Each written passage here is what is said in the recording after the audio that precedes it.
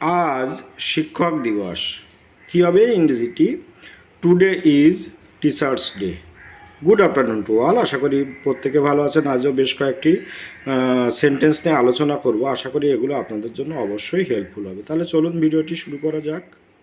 আমাকে একটা সুযোগ দাও। কি বলতে পারি? Give me an opportunity. Give me মানে কি? আমাকে দাও। অ্যান অপরচুনিটি মানে হচ্ছে সুযোগ।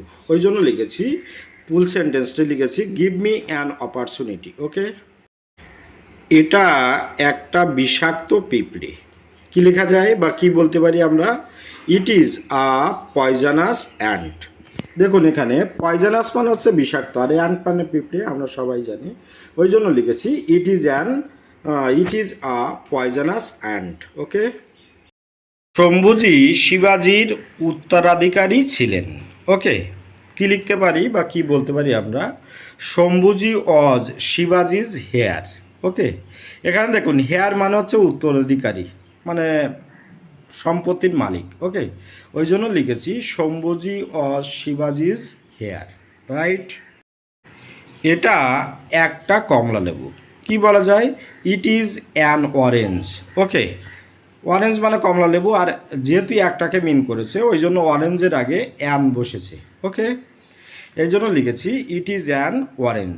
রাইট। চাঁদ পৃথিবীর চারিদিকে ঘোরে। কি লেখা যায় বা কি বলা যায়? The moon revolves around the earth. Okay.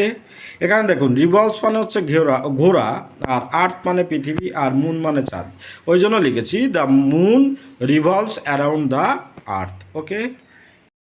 Raju Anandabazar Patrika পড়ে।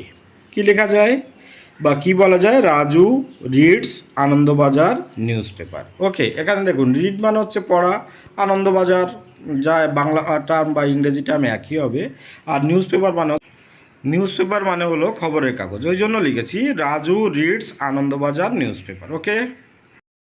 আমি একটা কালো ভাল্লুক দেখেছিলাম। কী হবে? পাস্ট টেন্স আর কি, দেখেছিলাম। ওই জন্য লেখা হয়েছে আই স এ ব্ল্যাক বিয়ার। বিয়ার মানে ভাল্লুক বা ভাল্লুক, আর ব্ল্যাক মানে কালো, ওই জন্য লিখেছি। আর স মানে দেখেছিলাম, ওই জন্য লিখেছি আই স এ ব্ল্যাক বিয়ার। ওকে। গাছটা খুব লম্বা। কি লেখা যায়? The tree is very tall. Okay. Tree মানে গাছ, আর ভেরি টল মানে হচ্ছে কি? খুব লম্বা। ওই জন্য লিখেছি the tree is very tall. Okay. Durga Devi একজন আইপিএস। কি লিখতে পারি বা কি হবে ইংরেজিটি? Durga Devi is an IPS. Okay. সে 1 ঘন্টা কাজ করেছিল। কি লেখা যায় বা কি বলা যায়? He worked for an hour. Okay. Samarbabu একজন এমএ পাশ করা ব্যক্তি। কি লিখতে পারি? Samarbabu is an MA passed person. Okay.